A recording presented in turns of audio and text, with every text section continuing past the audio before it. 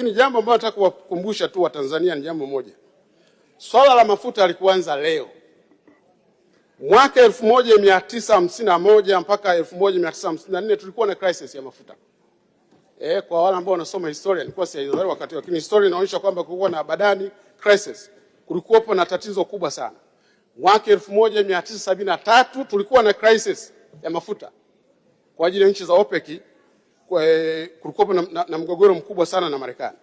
Lakini mwaka 1979 tulikuwa na crisis nyingine tena ya mafuta kutokana na Iranian Revolution. Lakini mwaka 1990 kwa wale ambao wanafuatilia historia, tulikuwa na mambo ya Kuwait, Iraq kuivamia Kuwait. Tulikuwa na crisis nyingine. Miaka ya 2000 tulikuwa na crisis kati ya 2003 mpaka 2008. Lakini mwaka 2021-23 tulikuwa na COVID, baadaye vita Ukraine vikaongeza tatizo hilo. Na sasa hivi tuna tatizo hili la Israeli, Marekani. Sasa mheshimiwa mwenyekiti, ninachotaka kusema ni nini hapa? Crisis ni namna tunaweza kuchukua, lakini inatupa mwanya wa kufikiria tofauti.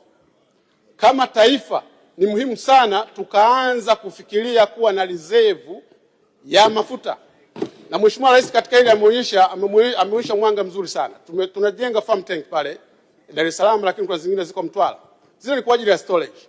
Lakini kama taifa ni lazima tuanze kufikiria kwa mawazo, tuwe na reserve ya mafuta. Tunaweza tukaanza na miezi 3, lakini baadaye tukaenda miezi 6. Ni kwa nini mheshimiwa mwenyekiti ni muhimu sana? Tunapokuwa na dira tunapoiendea hii dira yetu 2050, growth yetu ambayo tuna project lazima iwe kwenye 10+. Maana yake hatuwezi kuafford shocks kwenye uchumi wetu za mara kwa mara au 100%. At least lazima tujikave maybe 40% au 50%. Kwa ni lazima tuwe na reserve. Na Mheshimiwa Waziri Mkuu katika ile atusaidie kucoordinate, kwa sababu tusianze na kufikiria fedha. Tuanze na mawazo. Kwa namna yoyote nature ya mafuta, obvious hata financing yake itakuwa ni evolving. Haitakuwa pesa za kwamba unaziweka pale zitakuwa zinarudi. Kwa maana ya kujumuisha private sector tunaweza likawezekana hili. Lakini kuna lingine ambayo Mheshimiwa mwenyekiti, Mheshimiwa Waziri Mkuu alitolea maelekezo. Kwa maana ya Wizara ya Ujenzi na Wizara ya Nishati wakae chini kutafuta specification kwa ajili ya equipment zetu au vyombo vyetu vya serikali vianze kuona namna ya kutumia either gesi au umeme. Hii ni maelekezo mazuri sana, lakini ningependa tuende zaidi. Lazima kama taifa tujiwekee mpango kwamba tunaanza pengine usafiri wetu wa public, mabasi haya, pengine ndani ya miaka 10-15 tuone 50% au 70% tuanze kutumia either gesi au umeme ama mabasi haya.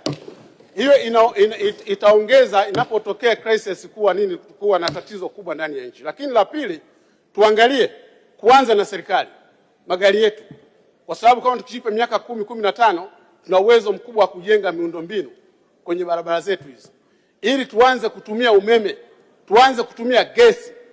Maana yake nini? Maana yake tunapokuwa na tatizo hili, na kwa statistic ambayo nimetoa mheshimiwa mwenyekiti, ni obvious kwamba is another thing coming. Yaani tatizo hili tutakuwa nalo tena.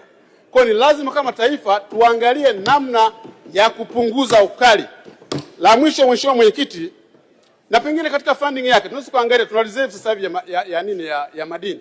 Tunaweza tukaunganisha na hii namna ya kufanya create reserve ya mafuta kwa kutumia reserve yetu ya madini.